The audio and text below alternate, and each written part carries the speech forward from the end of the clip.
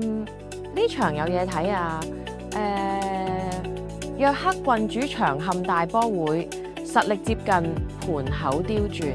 科勞林伯數據室讚好留言分享下，揾秋香拎免費貼士同紅包試玩啦！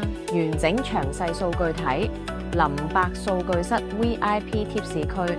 留言區有傳送門有連結。好啦，等我哋嚟分析呢場賽事。兩隊今季分列中上游，近期對賽互有勝負。英甲節奏硬朗，定位球影響力高。哈德斯菲爾德主場多以兩翼推進壓迫，博爾頓轉守為攻效率向來唔差。臨場面金將被排入英甲獨立檔期，晚場收視位盤口關注度高。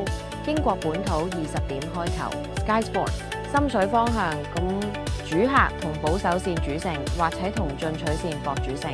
半場大洗球 under 1D0D25 開局互探位，英甲半場常見慢熱。觀察點：前20變弱主隊邊路傳中角球明顯傾斜，主場優勢會越滾越大。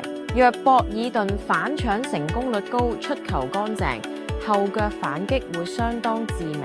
你又點睇？留言講下你嘅心水。